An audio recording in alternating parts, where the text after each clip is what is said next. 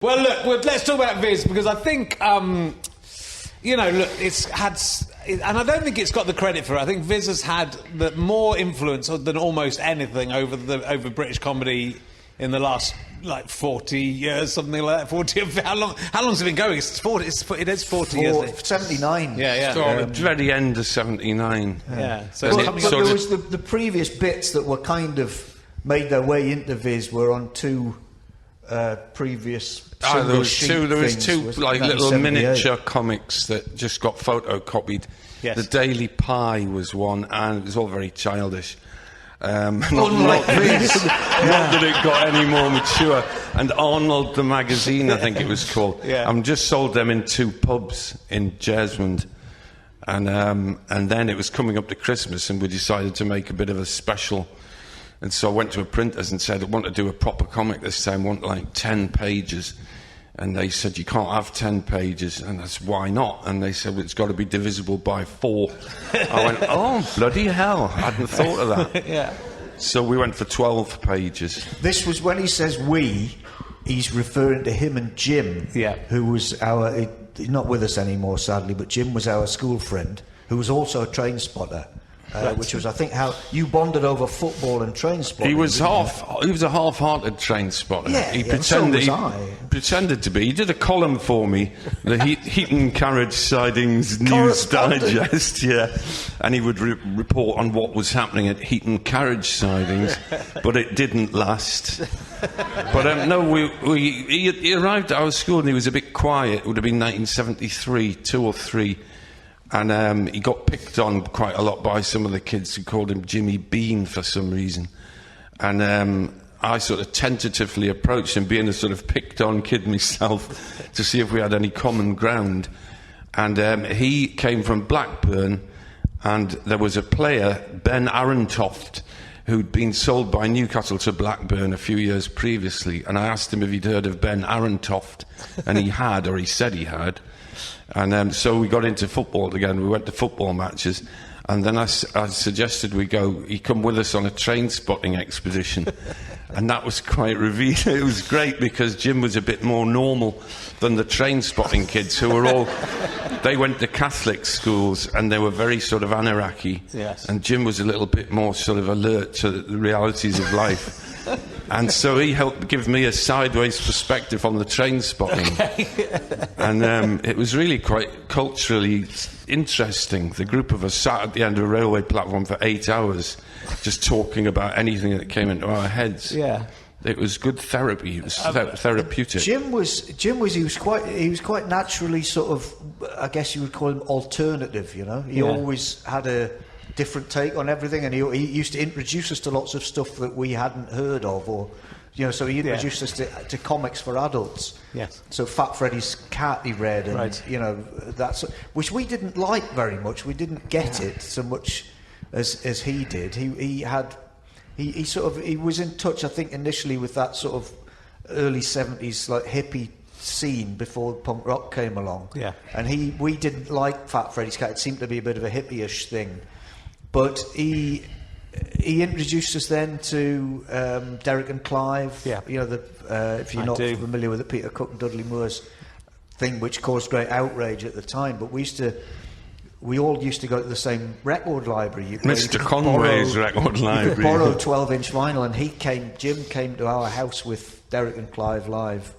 And we had never heard anything like it. I have the same influences as you, as well as you being an influence on the stuff we did. It was Monty Python via the records, because I was too late to watch on TV. Live at Drury Lane and that. Yeah, and the Live at Drury Lane was the first one I heard. And then I think at about the age of 12 or 13 I got a hold of Derek and Clive, which must be about the same for you guys, a bit earlier than me. But and you know, it's amazing that I was just listening to that in the house and got away with it. It wasn't on headphones. I don't know what my parents... That's right, yeah. Well, luckily, the way our house was designed, the sitting room was a good distance from the living room and kitchen. Yeah. So my mum and dad led a sort of separate life there. And also, I think this wouldn't have happened if my mum hadn't been confined to a wheelchair, because we lived in that house, which was bought from her parents. It was the house where she grew up. Yeah, originally, because it had a big ground floor, so she was able to sleep. They slept and lived downstairs, Right. and we lived upstairs, and we did the comic upstairs. We sort of had a separate world Yes. to our parents. The comic effectively. grew Right. to It such was an only a little terraced house, but Yeah, we managed not to tell them about the comic until 1981. It was 2 years in when it started to get a bit of a reputation, and a BBC researcher from a programme called Something Else got in the programme touch. made by young people For young people. Except they told the young people how to make it and what they were going to do. But anyhow, they asked us if we wanted to take part in this programme, and so we were like one strand of this Newcastle programme, and it was all about us making the comic in the bedroom. And my mum and dad didn't know about the comic in the bedroom. And it came to the day of the filming, and we thought the best plan would be to go to the pub and have a couple of pints before the BBC arrived. So we did that and came back, and then the doorbell rang, and I got to the door first and said to Dad, "It's all right, Dad, we've got this, it's for us."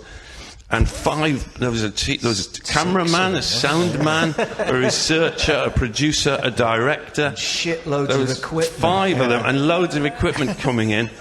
And my dad sort of nosily came into the hall and said, "What's going on?" And I said, "Oh, it's just some people, they're making a TV programme for some reason."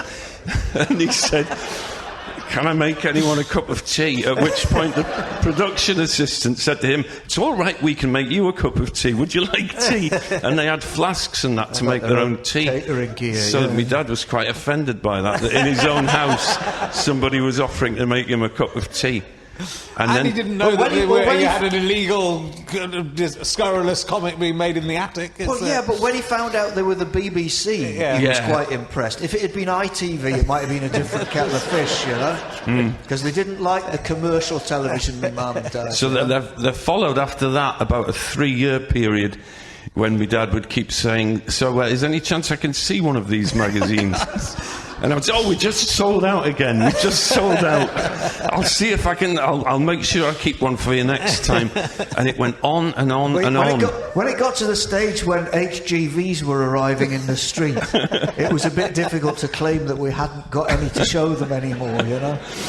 We had at one point Tipexed one. Yeah. We went through it and Tipexed, I think, 28 swear words out and replaced them. But it was quite obvious it had been Tipexed. So I said to me, "Mum, this is the final proof before it goes to the printers. So it's just where things have been corrected."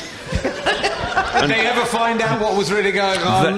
What happened was we got a national publishing deal with Virgin, and they did a compilation of the first 12 issues, a hardback book. And my dad must have either found one in the house or he'd gone and bought one. And I came downstairs and looked through the glass door into the living room, and I saw him sitting at the living room table with the book. And it was open and he was reading it. And I went, "Oh, shit." The two worlds collide. So I went into the living room, and he was dead nice. He tried to be positive about it. And the most positive thing he could say was, he says, "Yes, I used to read comics when I was a kid." And that was all he said. There was an element, but our dad was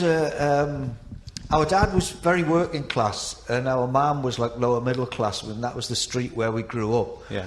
And Dad was very impressed when the people of the neighbourhood, Jesmond, you know, the parents of the kids we knew and so on, and the people that he worked with, that when they started to report to him that they thought we were doing really well, and wasn't it wonderful, this magazine that your boys have created, when they were positive about it, and our parents thought, "Oh, well, it must be a good thing" at that point. Yeah.